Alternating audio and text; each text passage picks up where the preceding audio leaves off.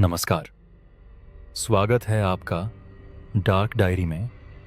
डर, रहस्य और रोमांच की उस दुनिया में जहां हम आपको सुनाते हैं सच्ची घटनाओं से प्रेरित रहस्यमयी और अनसुलझी कहानियां। तो चलिए खोलते हैं डार्क डायरी का एक और पन्ना, छाया हवेली। ये कहानी है अजय की, एक नौजवान फोटोग्राफर जिसकी जिंदगी में डर का कोई नामो निशान नहीं था। उसे वीरान जगहों पर जाना, पुरानी इमारतों की तस्वीरें खींचना और उनकी कहानियों को अपने ब्लॉग पर लिखना पसंद था। उसकी खींची हुई तस्वीरें इतनी जीवंत होती थीं कि लोग उन्हें देखकर सिहर उठते थे। एक दिन अजय को एक ईमेल मिला, बिना किसी नाम के। उस ईमेल में सिर्फ एक पते का जिक्र था, छाया हवेली, धुंध गांव के पास, और साथ में लिखा था, अगर तुम में हिम्मत है तो वहां जरूर जाना, तुम्हारी सबसे बेहतरीन तस्वीर वहीं मिलेगी। अजय को ऐसा लगा जैसे कोई चुनौती दे रहा हो। उसने तुरंत अपने कैमरे की बैटरी चार्ज की, कुछ खाने पीने का सामान बैग में डाला और निकल पड़ा। धुंध गांव एक सुनसान इलाका था, शहर से करीब 100 किलोमीटर दूर। रास्ता कच्चा और टूटा फूटा था। जैसे जैसे वह गांव के पास पहुंचा, मौसम और अजीब होता गया। आसमान पर काले बादल छा गए और हवा में एक अजीब सी घुटन महसूस होने लगी। गांव वालों से जब अजय ने छाया हवेली के बारे में पूछा तो सभी चुप हो गए। एक बूढ़ी औरत कांपते स्वर में बोली, बेटा वहां मत जाना, वहां आज भी आत्माएं भटकती हैं। जो गया वो लौटा नहीं। अजय हंस पड़ा। दादी, मैं आत्माओं से नहीं डरता, मैं तो उन्हें कैमरे में कैद करता हूं। लेकिन दादी की आंखों में डर साफ झलक रहा था।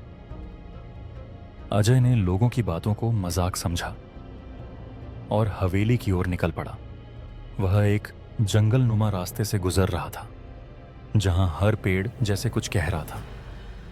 पत्तों की सरसराहट, पक्षियों की चुप्पी और हवा की सनसनाहट सब मिलकर एक डरावना माहौल बना रहे थे। आधे घंटे की पैदल यात्रा के बाद वो उस हवेली के सामने खड़ा था। छाया हवेली नाम सही था। हवेली सचमुच जैसे किसी साये में डूबी थी। उसकी दीवारें काली पड़ चुकी थीं, खिड़कियां टूटी हुई थीं और गेट पर लगे लोहे की जालियां जंग खा चुकी थीं। हवेली को देखकर अजय का दिल कुछ देर के लिए थम सा गया, लेकिन उसने खुद को संभाला और अंदर जाने के लिए गेट खोला। गेट की चरमराहट ने जैसे हवेली के अंदर सो रही आत्माओं को जगा दिया हो। अंदर कदम रखते ही अजय ने गहरी सांस ली। एक अजीब सी ठंड हवेली के भीतर थी, जैसे कोई अदृश्य ताकत उसके चारों ओर घूम रही हो। उसने कैमरा निकाला और तस्वीरें खींचनी शुरू कर दी। ड्राइंग रूम में पड़ी एक पुरानी झूला कुर्सी अब भी हिल रही थी, जबकि कोई हवा नहीं चल रही थी। दीवार पर एक औरत की तस्वीर टंगी थी, जिसकी आंखें जैसे अजय को घूर रही थीं। तभी उसे ऊपर से किसी के पैरों की आवाज सुनाई दी। लकड़ी की सीढ़ियां चरमराईं, जैसे कोई भारी कदमों से नीचे आ रहा हो। अजय ने कैमरा उठाया और फ्लैश ऑन कर दिया।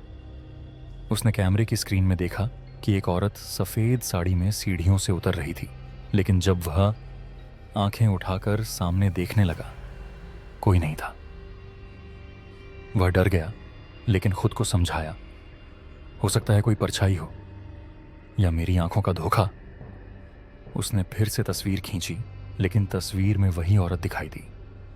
उसका चेहरा साफ नहीं था, आंखें काली, चेहरा धुंधला, लेकिन एक भयानक उपस्थिति साफ झलक रही थी। अचानक हवेली के सभी दरवाजे खुद ब खुद बंद हो गए। अजय भागा, लेकिन दरवाजा नहीं खुला। हवेली में अंधेरा बढ़ता गया। तभी उसे सीढ़ियों के पास से किसी के रोने की आवाज आई। एक औरत की धीमी, सिसकती आवाज, क्यों आए हो, क्यों तंग करते हो हमें?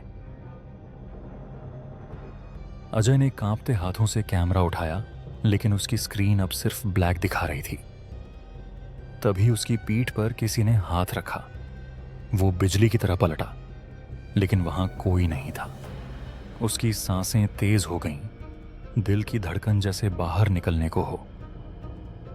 तभी सामने की दीवार पर खुद ब खुद खून से एक वाक्य लिखा गया, तुम अगला हो। अजय चीखने लगा, लेकिन उसकी आवाज जैसे दीवारों में समा गई। मोबाइल का नेटवर्क गायब था। उसने खिड़की तोड़ने की कोशिश की, लेकिन कोई फायदा नहीं हुआ। हवेली जैसे उसे निगल चुकी थी। वह भागता हुआ ऊपर चला गया, जहां से उसे पहले आवाजें आई थीं। ऊपर एक कमरा था, अंधेरा, बंद और भयंकर ठंडा। जैसे ही उसने दरवाजा खोला, वहां उसे एक लड़की की लाश मिली, सड़ी हुई, मगर आंखें अब भी खुली थीं और सीधे उसकी ओर देख रही थीं। अजय डर के मारे गिर पड़ा। तभी कमरे में चारों ओर से परछाइयां घूमने लगीं। सबकी आंखें जल रही थीं और वे बड़बड़ा रही थीं, हम मुक्त नहीं हो सके, तुम भी नहीं हो सकोगे। अजय ने जोर से आंखें बंद की और भगवान का नाम लेने लगा। अचानक सब शांत हो गया। जब उसने आंखें खोलीं तो सुबह हो चुकी थी। वह खुद को हवेली के बाहर घसीटा हुआ महसूस कर रहा था। गांव वाले उसे देखकर हैरान थे।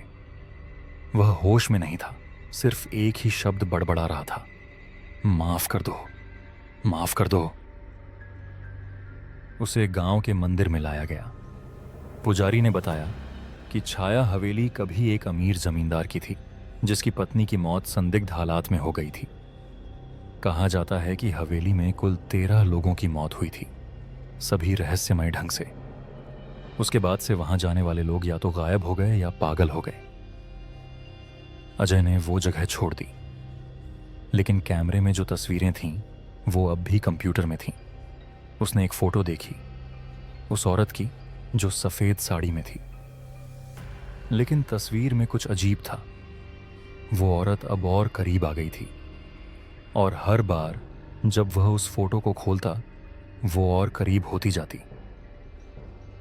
आखिरी बार जब अजय को देखा गया, वह अपने कमरे में बैठा था, कंप्यूटर स्क्रीन पर घूरता हुआ और बड़बड़ा रहा था, वो अब मेरे अंदर है। उसके बाद वो भी गायब हो गया। उसके कमरे की दीवार पर खून से सिर्फ एक ही शब्द लिखा था, छाया। तो ये थी आज की कहानी। अगर आपको ये कहानी पसंद आई हो तो लाइक और कमेंट करें, और ऐसी ही कहानियों के लिए डार्क डायरी को सब्सक्राइब करें। मिलते हैं अगली रात एक नए राज और एक नई कहानी के साथ, सिर्फ डार्क डायरी में।